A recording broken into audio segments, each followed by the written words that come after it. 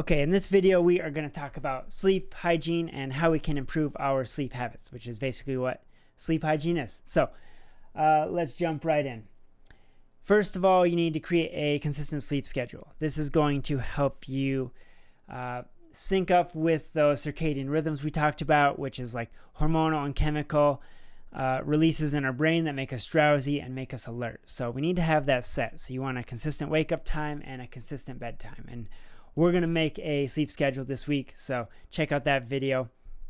With your naps, you don't want to be taking 2 to 3 hour naps because that's going to disrupt the sleep schedule. So keep your naps to 20 to 30 minutes, and then that is good because it doesn't disrupt your sleep schedule and it doesn't drop you into deep sleep so you don't wake up feeling really groggy.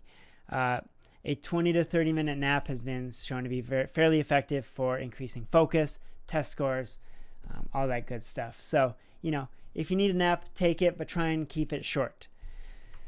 Next, we have exercise. So, daily exercise is going to be really good for maintaining your sleep schedule. Typically, exercising right before bed isn't the best move, but it's better than no exercise, I guess. But I would suggest if you're having a hard time sleeping to exercise in the morning. And if you are going to exercise at night, or if you just need to calm down, maybe something like less intense, like a walk or something like that.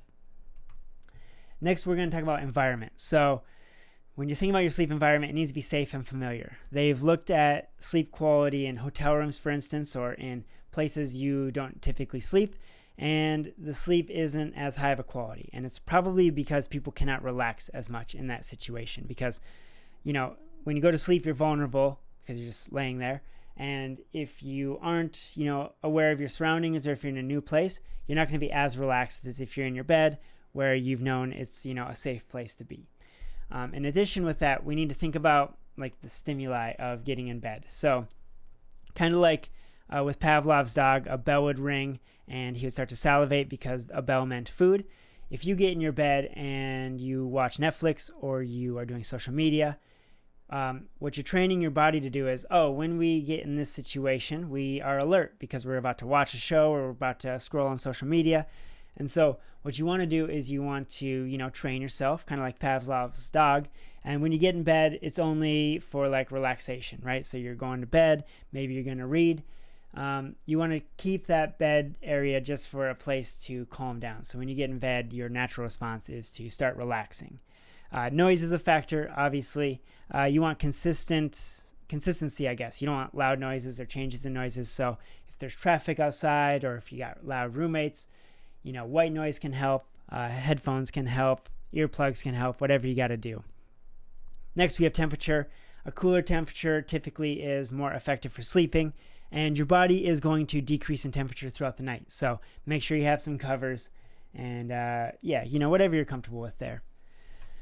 So let's talk about melatonin real quick. Again, melatonin is a light-dark cycle type hormone. They've done some studies with books and screens. And what they found is that if you're sitting in front of your screen, it's going to delay your melatonin release by 3 hours, which is quite alarming because, if you're on your screen until midnight, your melatonin release is potentially being delayed until 3 a.m., right? And that's not very good because melatonin makes us drowsy. It also decreases the intensity of our melatonin by 50%. So you have less melatonin and it's delayed by 3 hours, which is not a good combo. So I'm going to teach you in a second here how we can remove the blue light from our screens to help out our melatonin. Before we get to that, let's talk about melatonin pills. With pills, they found that placebos, so just a sugar pill, seems to be just as effective as a melatonin pill, which is kind of interesting. It doesn't mean melatonin doesn't have a purpose, but placebo seems to be a fairly real and potent effect for falling asleep. They have found some limited evidence to suggest that melatonin pills help with jet lag, and they also can help with insomnia in some cases. But, they're not a cure-all, but if they work for you, go for it. So, in order to prepare for bed, you want to start preparing 3 hours out. That means turning the lights down, maybe brushing your teeth earlier than right before you get right in bed. We want to think about because there's screens everywhere in our current life. So we need to set some blue light filters. So if you have an Apple device like an iPhone or whatever, or a laptop, it's called night shift mode. So if you go to your display settings, night shift, you want to set a time 3 hours prior to bed. And what's going to happen is your screen is going to turn reddish / orangish because it's getting rid of the blue light, which doesn't allow melatonin to release properly. So, you want to set that Apple device with night shift. If you have an Android, go to display settings. They may have a section in there. If your Android device doesn't have it, there's a Twilight app that you can get that will, take out the blue light from your screen. And then on Windows, it's actually called night light, not night mode. So let me open it up here. I just go into my start menu, type in night, and then we got night light settings here. I have mine set for 7 p.m. because I'm trying to get to bed by 10.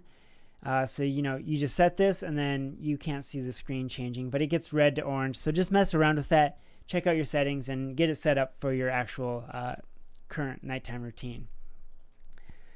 Okay, you want to avoid drugs because drugs interrupt your REM sleep. So alcohol, marijuana particularly interrupt our REM sleep, and this isn't going to be good. I've had quite a few students ask me, I smoke weed, but how can I make sure that it doesn't interrupt my sleep? And I would say you don't want to smoke within 3 to 4 hours prior to going to bed because that gives the marijuana some time to get out of your system. It might still interrupt your REM sleep, but it's going to be better than smoking right before bed. Sometimes for people, smoking helps them sleep, they say. And yeah, it might help you fall asleep. The problem is that your sleep isn't going to be restful because you're not getting your REM sleep. So, it's kind of counterproductive. It helps you fall asleep, but you're asleep and then you're not getting good sleep anyways. So beware of that. Also, stimulants make it hard to sleep. So caffeine in the afternoon is probably not a great idea. And other stimulants like cocaine will keep you awake, right? So just be aware of those factors. And then we just want to do things to calm ourselves down. So like reading, meditating, praying, journaling, all these things can be fairly good. This dude I have over here, his name is Marcus Aurelius. He was the last of the 5 good emperors of Rome, fairly well respected. And I came across his nighttime routine and I thought it was kind of good. I tried it for a month or 2 and I still do it when I'm struggling to go to bed. So this is kind of a good tip that I think a lot of you could use. And what he would do in his journal before he went to bed, well, first of all, he would exercise before bed, which typically I don't recommend. Maybe it works for you, do what works. But then for his journal routine, he would review his day. So what did he do well? What could he improve upon? Just kind of reflect, what did he accomplish in that day? Next, he would write out a grateful list. And we've talked about this. A gratitude list kind of helps you, with depression and increases positive emotions. So that seems like a pretty good thing to do. And again, he lived way back in the day and he was already doing this stuff. So that's kind of interesting. And then he would reflect on his long-term goals. So did he work towards those? How are they changing? How are they shifting? We're doing this in our class, obviously, so I think it would be a good thing to add to your nighttime routine.